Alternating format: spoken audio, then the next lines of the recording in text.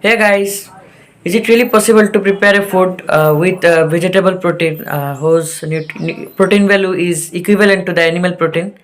Yes, it's possible. जिन लोगों को already पता है कॉन्ग्रेचुलेशन और जिन लोगों को नहीं पता this video is for you. आज हम एक ऐसा फूड के बारे में बात करने वाले हैं जिसका जो प्रोटीन वैल्यू है उस वो एनिमल प्रोटीन के बराबर है, क्योंकि जनरली देखा जाए तो वेजिटेबल जो होता है उसमें सारे एसेंशियल अमाइनो एसिड्स नहीं होते। अब एसेंशियल अमाइनो एसिड्स के बारे में बात करने से पहले मैं थोड़ा डिटेल्स में बोल दूं कि अमाइनो एसिड क्या होता है। प्रोटीन जो होता है हमारा बॉडी में, प्रोटीन का नाम तो सबने सुना होगा। तो प्रोटीन का जो यूनिट है, बिल्डिंग ब्लॉक जो है, उसको अमाइनो एसिड कहते हैं। मतलब प्रोटीन जब ब्रेक डाउन होता है तो अमाइनो एसिड निकलता है। अब अमाइनो एसिड 3 टाइप का होते हैं। एक तो होता है essential amino acid, non essential amino acid और सेमी एसेंशियल अमाइनो एसिड। तो जो नॉन एसेंशियल अमाइनो एसिड है वो हमको डाइटरी सोर्स से नहीं लेना पड़ता, क्योंकि वो ऑलरेडी हमारा बॉडी में एंडोजेनसली प्रोड्यूस होता है। मतलब बॉडी वो खुद प्रोड्यूस करता है, तो उसको हम डाइटरी सोर्स से लेना नहीं पड़ता।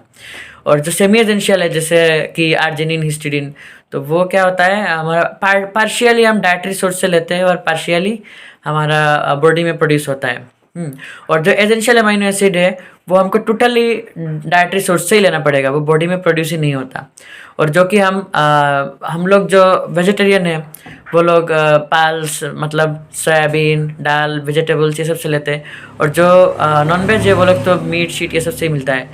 तो मीट, एग, फिश ये सब में क्या होता है, सारे का सारे एसेंशियल अमाइनो एसिड होता है।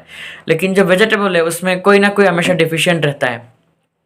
तो हम एक ऐसा फूड प्रिपेयर कैसे करें जो कि वेजिटेबल से ही, जो कि एनिमल प्रोटीन जैसा ही सारे अमाइनो एसिड रहे। तो इसका ही एक तरीका है जो फेमस फूड जिसका नाम सब नहीं सुना होगा, खिचड़ी। यस, मैं वही खिचड़ी की बात कर रहा हूँ, राइस दाल कॉम्बिनेशन से जो बनता है। तो क्या होता है कि राइस में 2 अमाइनो एसिड नहीं होता। राइस में टोटल शायद 9 एसेंशियल अमाइनो एसिड है। तो उनमें से 2 एसेंशियल लाइसिन एंड थ्रियोनिन नाम का 2 अमाइनो एसिड वो राइस में डेफिशिएंट है। Rice is deficient of lysine and threonine. And on the other hand हम दाल की देखें, दाल एक्चुअली ब्रॉडली बोले तो पाल्स is deficient of methionine.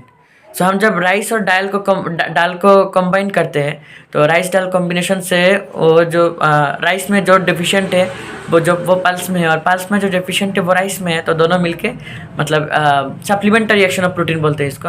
Supplementary action of protein मतलब जो दोनों में जो डेफिशिएंट है एक दूसरे को वो कॉम्पेंसेट कर देते हैं। तो अब बात रहता है कि फैट कहाँ से आएगा, क्योंकि फैट जो होता है हम राइस दाल में और अदर जो बी ग्रुप वाइटामिन है वो राइस दाल में सफिशिएंट क्वांटिटी में नहीं होता।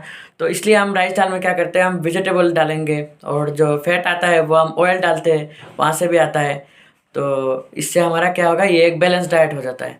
तो बैलेंस डाइट मतलब क्या? बैलेंस डाइट मतलब एक ऐसा डाइट प्रिपेयर करेंगे जिसमें all the essential nutrients will be present. Essential nutrient जैसे carbohydrate, protein, fat, then minerals, ऐसे कि सब कुछ प्रेजेंट रहेंगे, उसको हम बैलेंस डाइट कहते हैं। तो खिचड़ी को एक बैलेंस डाइट माना जाता है। और अभी हम राइस और दाल का कुछ सेपरेट कुछ इन्फॉर्मेशन शेयर करना चाहते हैं regarding rice and dal separately. तो पहले तो हम बोलेंगे कौन सा फॉर्म में खाना बेहतर है। अभी हम जो खाते हैं मिल्ड राइस खाते हैं, है ना। तो मिल्ड राइस में क्या पूरी न्यूट्रिशन रिटेन कर लेता है, या फिर कुछ न्यूट्रिशन घट जाता है। पूरे न्यूट्रिएंट्स जो पहले रहता है हास्क्ड राइस में, तो वो हम मिल्ड राइस में नहीं रहता। क्योंकि राइस का 3 लेयर होता है, जर्म लेयर, देन उसके बाद inner endosperm, and then outer pericarp aleurone layer. और जो आउटर एलेरोन लेयर है उसमें कुछ इंपॉर्टेंट न्यूट्रिएंट्स होते हैं जैसे थायामीन, राइबोफ्लेविन और प्रोटीन भी होता है।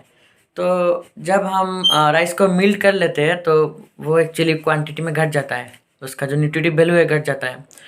तो इसको हम रिटेन कैसे कर सकते हैं? तो एक फेमस एंशिएंट टेक्निक है जिसका नाम है parboiled rice. Parboiled means partially boiled rice.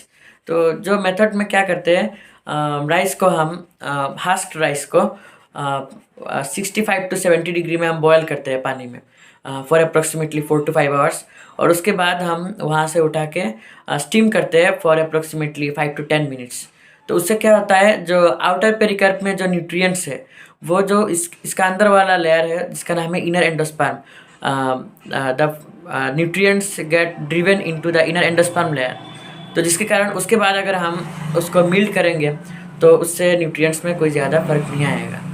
तो इसका डिसएडवांटेज भी है, it doesn't smell good, it doesn't have pleasant smell.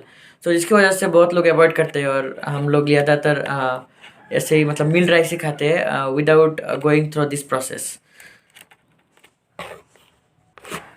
अब और एक सवाल कि क्या हम रॉ राइस खा सकते हैं, उससे क्या ज़्यादा न्यूट्रिशन मिलेगा? तो रॉ राइस के बारे में एक और चीज़ बोलूँगा कि रॉ राइस में भी एक एंजाइम होता है जिसका नाम है फाइटिक एसिड। तो जो क्या करता है, कैल्शियम को एब्जॉर्ब करने नहीं देता। तो इसलिए जब heat on exposure to heat ये फाइटिक एसिड जो है डिस्ट्रॉय हो जाता है। तो इसलिए it is better to eat boiled rice.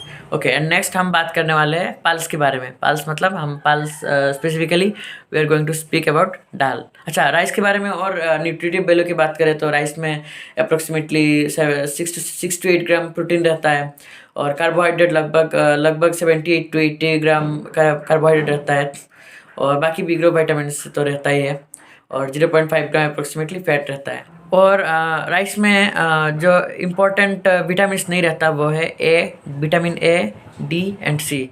और हम मिनरल्स की बात करें तो उसमें कैल्शियम और आयरन नहीं रहता। अब और राइस को हम जब कुक करते हैं तो वॉशिंग एंड कुकिंग भी राइस का न्यूट्रिटिव वैल्यू को अफेक्ट करता है। तो कहा जाता है कि it is best to cook rice in sufficient amount of water. I mean to say that 2 measure of water for 1 measure of rice. So okay, this is all about rice. And अब हम pulse के बारे में discuss करेंगे। Pulse के बारे में बोले तो पल्स लगभग 335 किलो कैलोरी एनर्जी सप्लाई देता है और जो कि हमने पहले बोला था कि राइस में कैल्शियम नहीं है, तो पल्स में कैल्शियम रहता है और कैल्शियम का अमाउंट लगभग 73 ग्राम। ये जो हम जो 73 ग्राम क्वांटिटी बोल रहे हैं ये एक्चुअली पर 100 ग्राम ऑफ राइस या फिर पर 100 ग्राम ऑफ पल्स के हिसाब से बोल रहे हैं। तो पल्स के बारे में भी वही सवाल, क्या हम पल्स को बिना बॉईल किए भी खा सकते हैं? तो वही बोलूँगा कि पल्स में भी वही phytic acid and another one tannin रहता है जो कि on the exposure of heat destroy हो जाता है। और पल्स में ड्राई स्टेट में पल्स में कोई विटामिन सी नहीं होता और जर्मिनेटिंग पल्स में होता है। और हाँ, पल्स को पुअर मैन्स मीट भी कहा जाता है because of its high nutritive value and biological value. It is called poor man's meat. Okay, so this is all about today's video and hope you liked it. Thank you.